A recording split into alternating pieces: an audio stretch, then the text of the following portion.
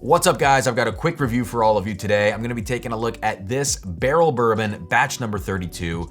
Before we get into it here, I just wanna say thank you to Barrell Craft Spirits for sending this sample my way. It came through a few months ago, but unfortunately, I did not get around to making a review in a timely fashion. So on one hand, I'm saying thank you to Barrell, and on the other, I am going to apologize for taking so long to get this video out there. For those of you watching, I do have to kind of reiterate the fact that while this was sent to me for free, that's not going to affect my review in either a positive or a negative way. And the final thing we need to do is talk about what is actually in this batch number 32 from Barrell. First and foremost, it's a blend of straight bourbon whiskeys. It's coming to us from Kentucky, Tennessee, and Indiana, so it's all sourced, blended together by Barrell. And if you know anything about what Barrell does, you know that they do some really intense blending. You can read about it on their website. They do some crazy finishes. And also, if you get the opportunity to check out the tasting notes, not only for this batch, but for any of Barrell's products on their website, you're gonna find some crazy tasting notes. I don't know who is writing those, who's tasting and writing those notes, but whoever it is does a really fantastic job. Also, those of you out there who don't enjoy reading super detailed tasting notes, you might think it's a little over the top and nerdy. You know, whatever way you wanna interpret that, it's still kind of cool to get on their website and check out all of the crazy tasting notes that they have for these. But again, this is a blend of Indiana, Kentucky, Tennessee, 115.34 proof, 5 to 10 years old. We're just gonna go ahead and get right into this thing. So let's check out batch number 32 on the nose.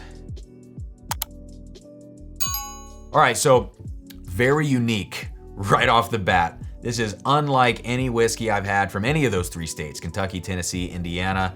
It is full of tropical fruit. That is the first thing that jumps out of the glass, kind of like a pineapple, mango kind of profile, some coconut in here. So I think if you're a rum lover or somebody that likes those kind of flavors, you really might dig the nose on this. And for those of you who want kind of a classic Kentucky bourbon, this one might throw you for a little bit of a loop. Yeah, similar to the 2022 New Year's batch. I reviewed that on the channel when I received that bottle from Barrell. This has sort of a white cake note that I recall getting on that particular batch as well. Yeah, some vanilla to go along with that. Definitely like a honeysuckle type profile here, as well as some sort of lemon that I'm picking up. So overall, I guess what I'm trying to say is that this is a lighter profile. It's not dark, there's not a lot of like heavy oak influence. It's clean, it's down the middle, certainly unique, although there is a little bit of a youthful element to this. And when you're talking about the price of these Barrell Bourbon batches, which range from about $80 to $90, at that price point, I don't really want to pick up a youthful quality. I don't want to smell too much of that grainy corn note or that young baking spice profile that kind of reminds me of some of like the younger Jim Beam products that you find on the shelf for $20 to $25. You get some of those on the nose here. So there are some nice aspects to the nose of this whiskey. There are also some things that leave a little bit to be desired, let's say. So let's go ahead and go to the palate now and see what we get. Cheers. The palate is sort of the same story. The first thing that you get hit with up front is actually a little bit of a sort of a lighter red fruit, like a strawberry kind of note, strawberry candy. And I wasn't really picking that up on the nose so much. On the palate, you get that strawberry candy up front, a whole ton of rich tropical fruit notes. Again, very, very juicy, but there's a good bit of spice as well. Some of that spice seems to be coming from those youthful qualities, and some of it also seems to be coming from sort of like maybe like a white pepper or something along those lines. Pretty solid palate experience in terms of spice, development from front to back, but again, we're talking lighter profile and something that unfortunately just doesn't remind me of an $80 to $90 whiskey, but we're gonna go in for a second sip now and see what we get. I like that second sip a lot better. The palate, in this case, or I should say my palate, really needs to kind of acclimate to some of that youthful baking spice that this whiskey is bringing to the table. And once it does, I can get into some different qualities. There's like a lemon meringue thing going on here. Again, that honeysuckle is really nice on the palate, really sort of a pleasant experience because of that. all of those tropical fruits again. I would say that the white cake note is coming off a little bit, I don't know how to say this, like textured almost. Like there's a decent texture to the palate of this whiskey, and it's not something that you find with a lot of whiskeys on the market these days. People are chill filtering things. They're trying to smooth them out, not only in terms of flavor profile, but also in terms of texture and viscosity and everything.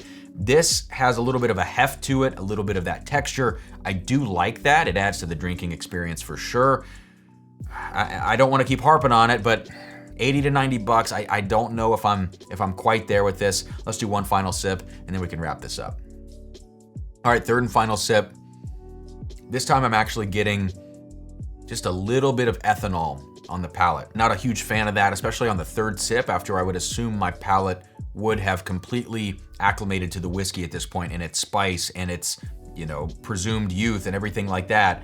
You wouldn't expect ethanol to start rearing its ugly head and kind of taking away from the whiskey, but at this point it is, and that is a little unfortunate. Now, along with that ethanol, you do start to develop even further into those pineapple, mango, coconut, tropical fruit notes. In terms of how this whiskey would be rated, I'm trying to get away from doing ratings and things like that on the channel, but to me this is just kind of an average whiskey at best. If you like rum, if you like some of the flavors that I've described, if you don't mind a little youth and a little sort of an aggressive quality to your whiskey, you might really dig this batch from Barrell Bourbon. But you do have to ask yourself, for 80 to 90 bucks, is there something else on the shelf that I might want to pick up instead of this? And 9 times out of 10, unfortunately for me, that answer is gonna be yes. I'm gonna pick up maybe a couple of $35, $40 bottles, or maybe a single $60 to $70 bottle and save myself some cash. This just doesn't quite do it for me. It's an average, it's like a C whiskey if I had to give it a letter grade. Nice finish, nice long development on the palate, but again, just a little spiky, a little youthful. But I will say, the tropical fruit note, interesting.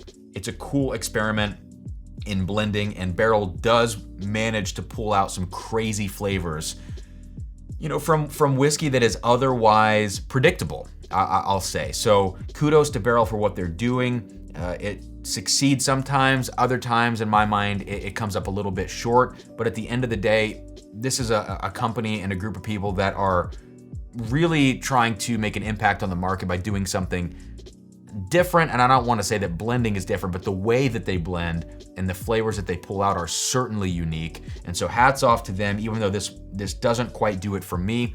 Again, I want to say thank you to Barrell for sending this along, but at this point, I can't quite recommend this bottle. I think that's going to do it for this video. Thank you guys so much for watching. Hit that like button, subscribe, drop me a comment below if you've had the chance to try this batch. Let me know what you think of Barrell spirits, overall Barrell craft spirits, and especially these bourbon blends. Do you find yourself liking more of them than you don't, or the other way around? I'd be very curious. I've only tried a couple of these at this point. A few good ones, a few not so good. So let me know what you think in the comments. I'll see you guys next time here on the channel. Cheers, and thank you for checking this video out.